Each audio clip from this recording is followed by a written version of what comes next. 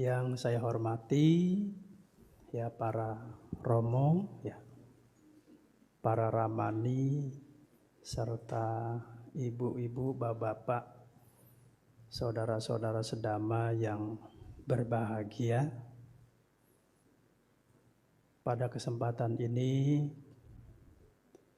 ya Bante akan menguraikan khotbah Dhamma ya dengan judul adalah inti kehidupan ya. Maka supaya tidak terjadi judul-judulan dikasih judul ya. Karena kalau nggak ada judul umatnya bingung ini Bante cerita apa ini ya. Akhirnya bukannya umatnya senang malah pulang senep ya. Maka dikasih judul ya. Nah judulnya inti kehidupan. Saya rasa judulnya sangat singkat namun jelas, padat, bermanfaat. Inti kehidupan. Ya di dalam kitab suci Tripitaka ya disebutkan bahwa manusia secara garis besarnya itu dikelompokkan menjadi dua. Ya. Apa saja ya boleh dicatat ya. Meskipun pada ngelamun ya nggak apa-apa. Ya.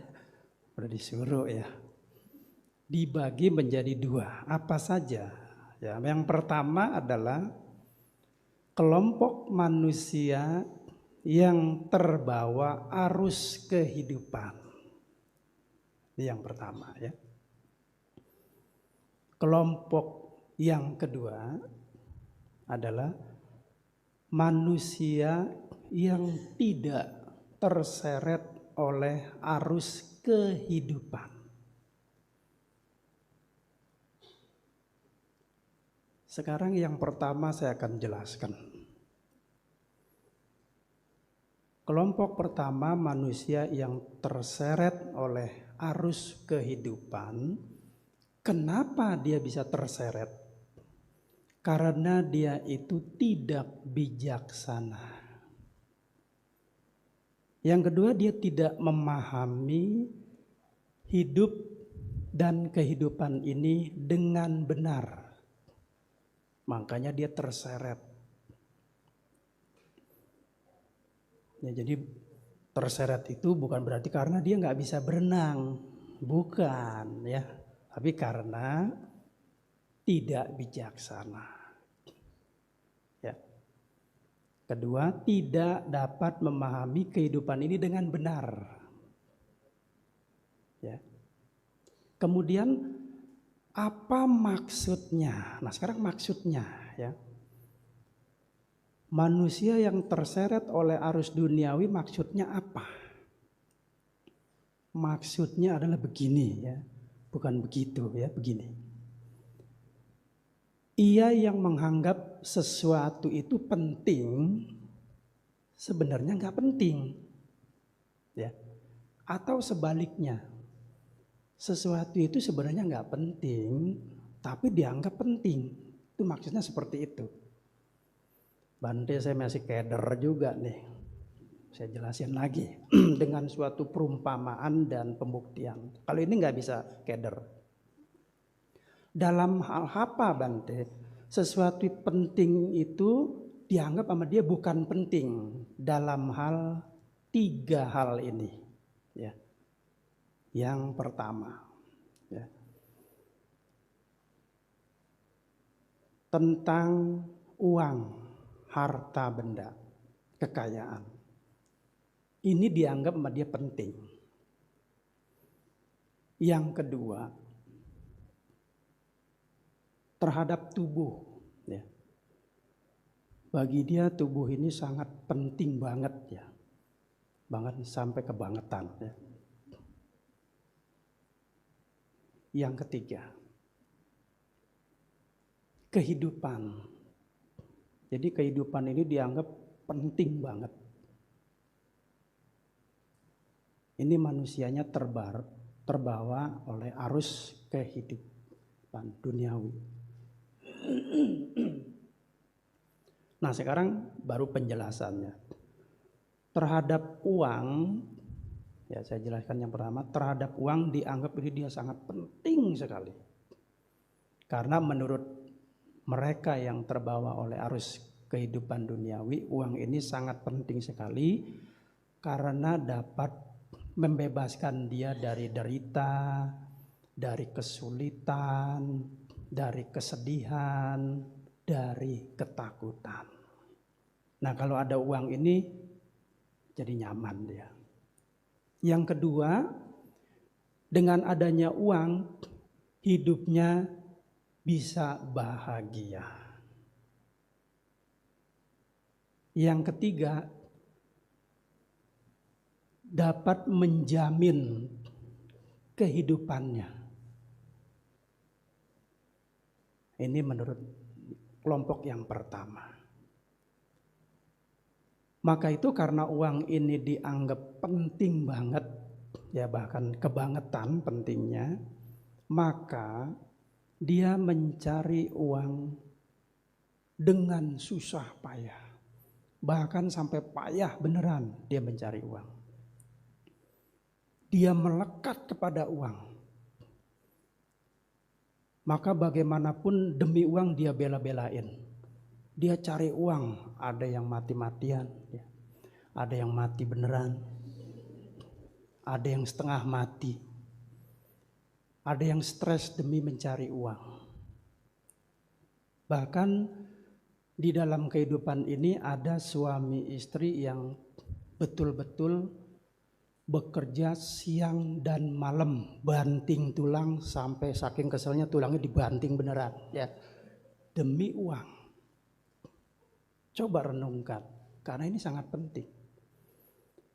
Ya, dia bekerja non-stop 24 jam, udah seperti mesin diesel. Jadi kalau malam, ya itu suaminya begadang, cari duit terus sampai matanya pada sutur, ya. Dia ngitungin itu ceceng, ngoceng, saceng, siceng, goceng, laceng dan seterusnya. Ya. Itu suaminya kalau malam dia begadang. Nanti kalau pagi istrinya sampai badannya kurus, batuk nggak sembuh-sembuh. Pokoknya nggak peduli, yang penting saya cari uang. Maka orang seperti itu sulit untuk gemuk, ya. Yang ada very slim, ya.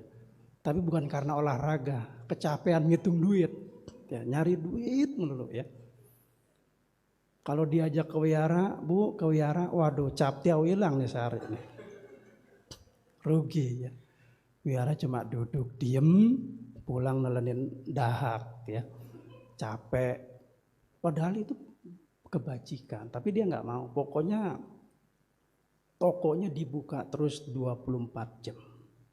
Ya, kalau yang lain mungkin tokonya pagi sampai malam dibuka, lebihnya sih udah tutup, ya, supaya tokonya nggak ada nyamuk, ya, karena udah malam, ya. Tapi kalau dia buka terus, cari uang terus. Pokoknya segala sesuatu uang. Nah, akibat dia mencari uang ini terus menerus, ya, sejak dari muda sampai mudah-mudahan begini dia, ya. Akibatnya uang yang dikumpulkan sampai bermiliar-miliar, ya bisa dapat, bisa. Efeknya begitu kena penyakit kanker. Ya, kanker. Ya, saya kalau berbicara kanker, bulu kuduk saya merinding karena kedinginan. Bukan karena penyakit. Jangan salah, ya. Umatnya takutnya salah. Ini bandanya ketakutan. Enggak, ini dingin jadi ya merinding. Salah umatnya nilainya. Jadi kena penyakit kanker. Nah, kanker itu enggak cukup cepet tiawan, mah enggak cukup. Itu miliaran. Ya. Berubah terus akhirnya habis ngebayarin rumah sakit. Itulah orang karena serakah cari uang. Karena menganggap uang itu penting. Demikian juga yang kaya. Jabatan tinggi. Ya. Gajinya besar. Karena uang dianggap penting, itu biarpun gajinya ratusan juta itu masih kurang aja. Bagaimana dia bisa supaya banyak uang? Dia korupsi. Kalau ditangkap urusannya nanti. Ya paling-paling masuk TV anggap aja jadi artis. Ya. Kenapa? Karena dia serakah cari uang. Tetapi saya kasih tanda kutip. Bukan berarti umat Buddha kalau begitu nggak boleh cari uangnya. Boleh. Tapi carilah uang yang benar, yang baik. Ingat, kesehatan jauh lebih penting. Ya. Uang bukannya nggak perlu. Ya, uang bukannya nggak perlu. Tetapi jangan serakah. Kalau memang waktunya istirahat, ya istirahat. Kenapa sih kita cari uang terus? Uang itu kalau dicari nggak habis-habis, betul nggak? Betul. Bante yang jawab sendiri, nggak apa-apa. Ya. Karena Bante tahu umatnya tega semua, nggak apa-apa. Biarin. Ya. Jadi uang tuh kalau dicari tuh nggak habis-habis. Apalagi dagangannya laku, buka lagi, laku lagi, terus dia ikutin nggak habis-habis. Tapi lama-lama tubuh kita ini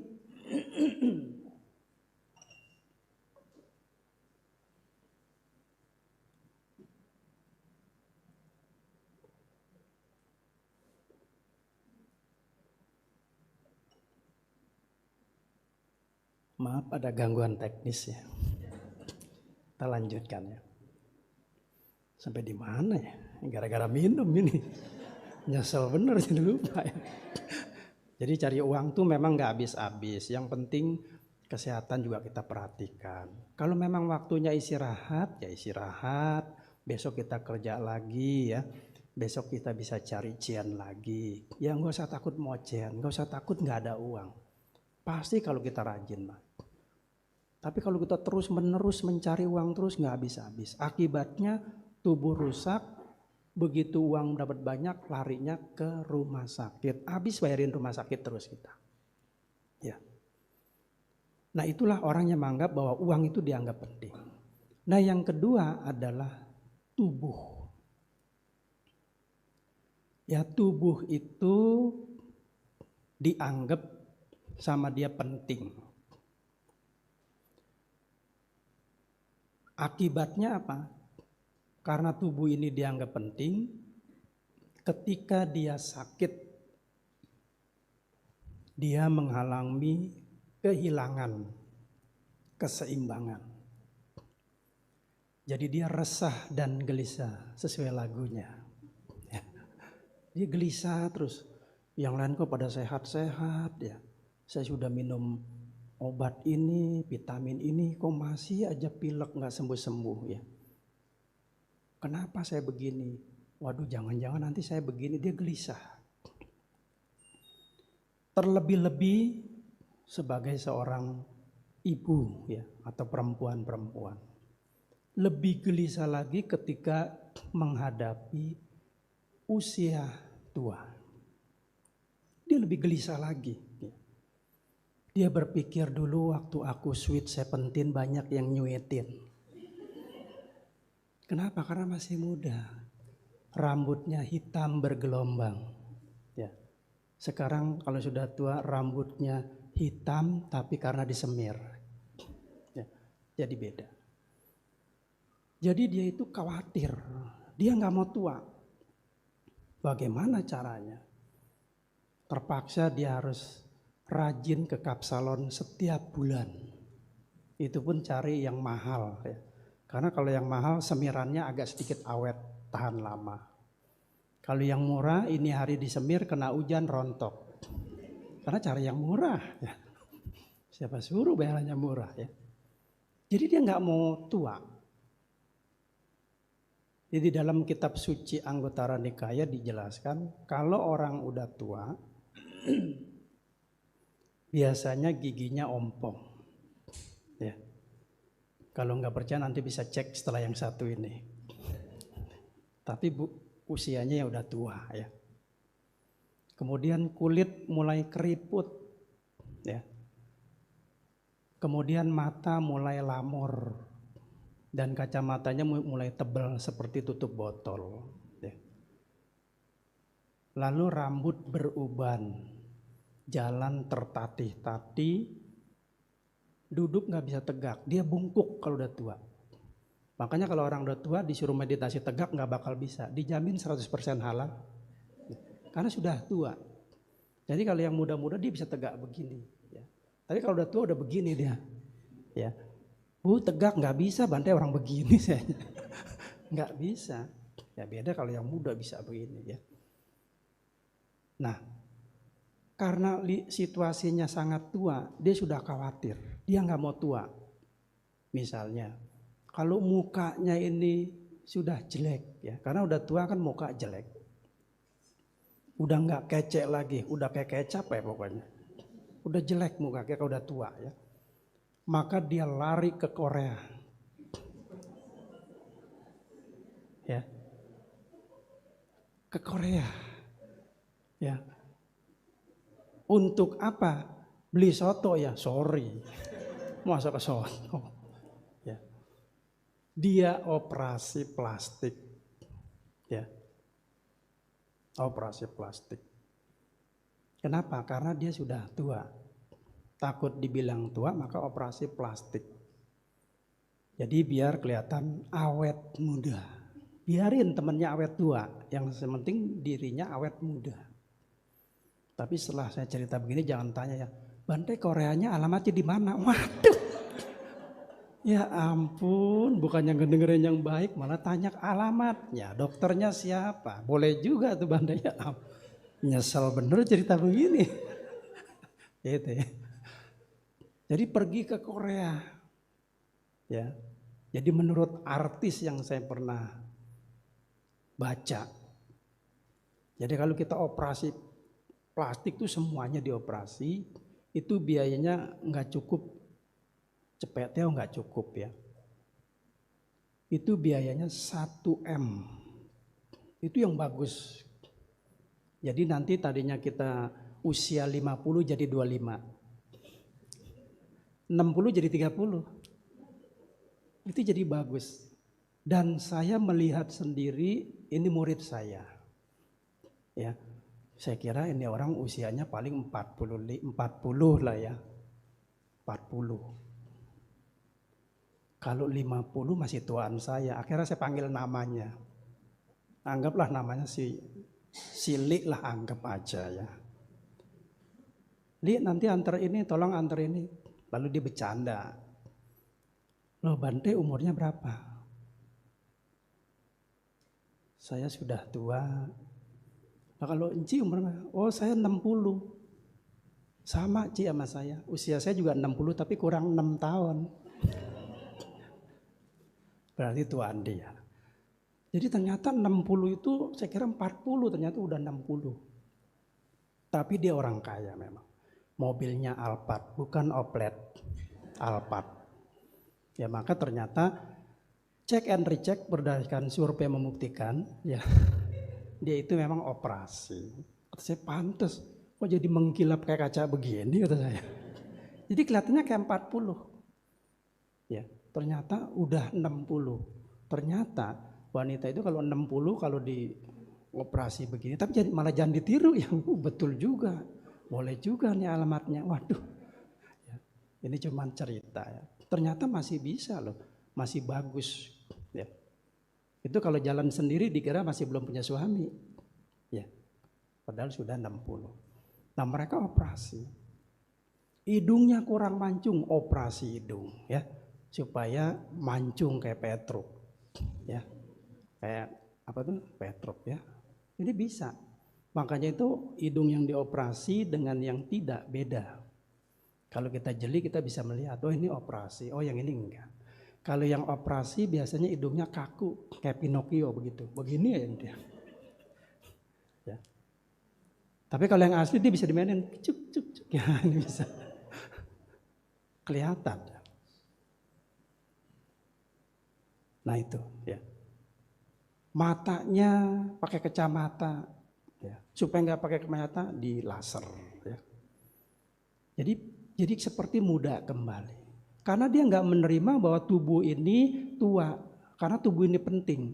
Jadi semuanya dioperasi semuanya. Ya. Tapi kalau sudah 70, dokternya nyerah. Kenapa dok? Karena sudah ibu udah 70, kalau mau kecantik lagi juga mana bisa. Dokternya sudah nyerah, dia angkat tangan, angkat kaki malah bawa koper. 70 mau dioperasi apanya ya. Artinya ya nggak bisa cantik kalau udah 70 ya. Mungkin kalau 60, 50 masih bisa. Jadi biayanya cukup mahal. Karena tubuh ini dianggap penting bagi dia. Giginya pada ompong diganti giginya gigi tanam. Ya. Kalau gigi yang murah itu bisa dicelopotin, celpok gitu. Ya kalau ngebersihinnya gampang, kita copotin begitu sambil nyanyi, itu yang murah. Ya. Tapi kalau yang mahal gigi tanam harganya captiau 10 juta satu gigi. Bayangkan, menurut ilmu kedokteran gigi kita ini untuk gigi dewasa jumlahnya 32. Berarti kalau 10 juta dikali 32, 320 juta. Kalau orang miskin lah mendingan meninggal sekalian. Ya. Tapi kalau orang kaya itu ratusan juta, itu kayak uang 10 ribuan. Karena orang kaya kan duitnya banyak. Ya, uangnya. Jadi dia nggak peduli. Bahkan ada yang lebih sadis lagi. Kalau gigi tanam kan 10 juta. Ini dia pasang apa? Saking kaya-kayanya. Gigi emas. Jadi kalau nyengir tuh tuang gitu ya. Gigi emas. Jangan dikira nggak ada. Tapi saya lihat sih jarang ya. Kebanyakan emas palsu. Jadi begitu dia habis makan telur terus ketawa. Nah itu palsu. Kuning juga sama, cuma beda itu. Kuningnya bikin kabur orang. Ya. Jadi mereka apa semua tubuhnya karena penting diganti-gantiin. Nah itulah orang yang terbawa arus kehidupan. Kemudian kehidupan. Kehidupan ini dia anggap penting. Jadi kalau dia kaya nih, dia kena penyakit aja dia nggak mau mati. Pokoknya saya harus hidup, saya nggak mau mati. Meskipun tubuh saya ini dibuntungin, misalnya tangannya dibuntungin, ya kakinya dibuntungin, empat-empatnya dibuntungin, percis kayak boneka hidup begini ya. Dia rela. Yang penting dok saya jangan sampai mati. Ya. Karena hidup ini penting. Dia begitu melekat kepada kehidupan. Sampai-sampai menolak kematian. Itulah orang yang terbawa arus. Nah sekarang orang yang kedua. Ya. Orang yang kedua ini orang yang tidak terbawa arus kehidupan duniawi. Tidak terbawa. Dia adalah, kenapa dia tidak terbawa arus? Karena orangnya bijaksana. Ya, kalau yang tadi orangnya bijaksini. Ya, kalau ini bijaksana. Ya. Yang kedua, dia memahami hidup dan kehidupan ini dengan baik dan benar. Makanya dia itu terhadap uang, ya dia tidak melekat. Dia paham ya. Uang itu dicari bagaimanapun, berapapun besar dan banyaknya, itu akan lenyap.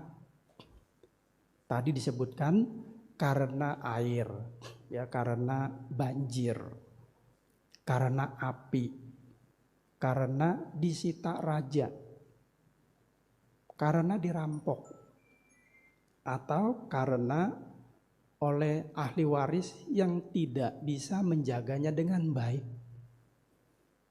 Dikatakan juga bahwa uang yang begitu banyak sampai ratusan miliar bisa lenyap dalam sekejap. Sebagai bukti contoh seperti ini misalnya. Misalnya dia main judi. Ya. Itu 10M hanya 5 sampai 10 menit lenyap itu. Main judi. Tapi di sini saya bukan ngajarin main judi. Ini biasanya kalau yang main judi cepat lenyap. Ya misalnya dia main koprok, ya. Dia kasih pasang apel misalnya. Seteng tahu ke kawa-kawa, ternyata keluar kepiting. Waduh, mati. Ini misalnya ya. Waduh, saya harus ngebayarin orang. Akhirnya apa? Uang miliaran. Hanya 5 menit habis. Ya makanya bahaya.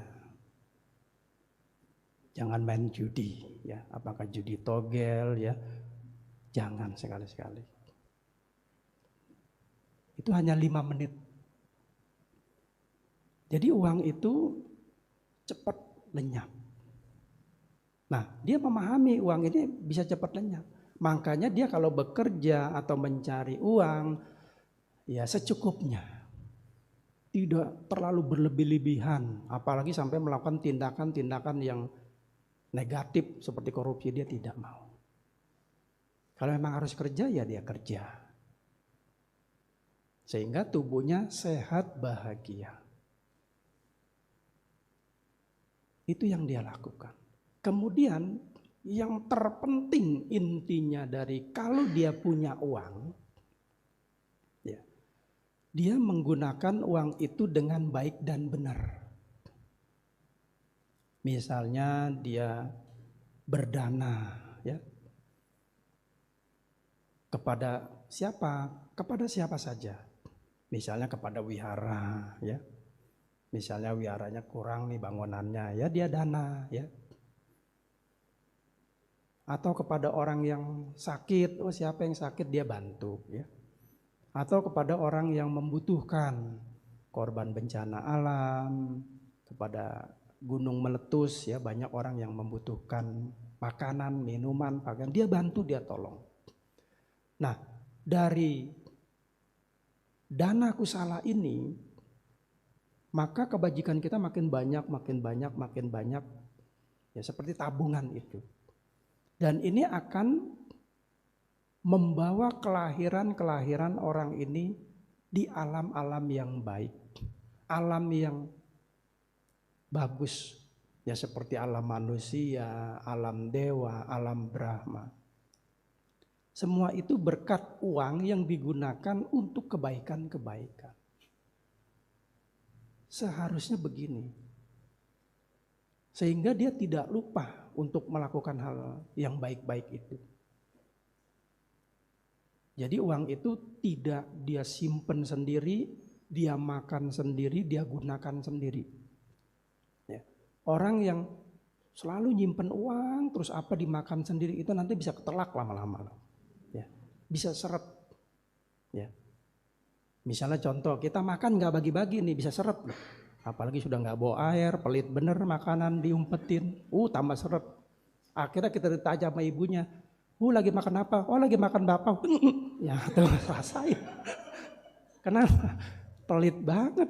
Makan bawa sendiri, gak nawarin, takut dipinta. Ini misalnya. Uang juga sama. Kalau kita tekan sendiri, apa sendiri, ya akibatnya ya kita kena sakit, menderita. Tapi kalau kita bagi-bagi, ya maka akan memberikan manfaat bagi orang di sekitar kita. Kita pun akan juga memberikan kebahagiaan bagi kita. Karena dia tahu sekali lagi, kalau uang itu disimpan terus ya bisa habis, dirampok, dicuri dan sebagainya. Makanya dia gak pelit. Seumur hidup dia melakukan perbuatan baik demi uang yang akan memberikan kebahagiaan bagi dirinya. Kemudian yang kedua, jadi intinya dia gak melekat kepada uang ya. Yang kedua, dia juga tidak melekat kepada tubuhnya. Ya. Kenapa? Karena dia tahu kalau kita hidup, kalau masih muda mungkin kita sehat, bahagia ya, giginya banyak, rambutnya juga banyak ya. Tapi kalau sudah tua ya pasti ompong ya. Rambut kita sudah mulai pada berjatuhan, sehelai dua helai ya.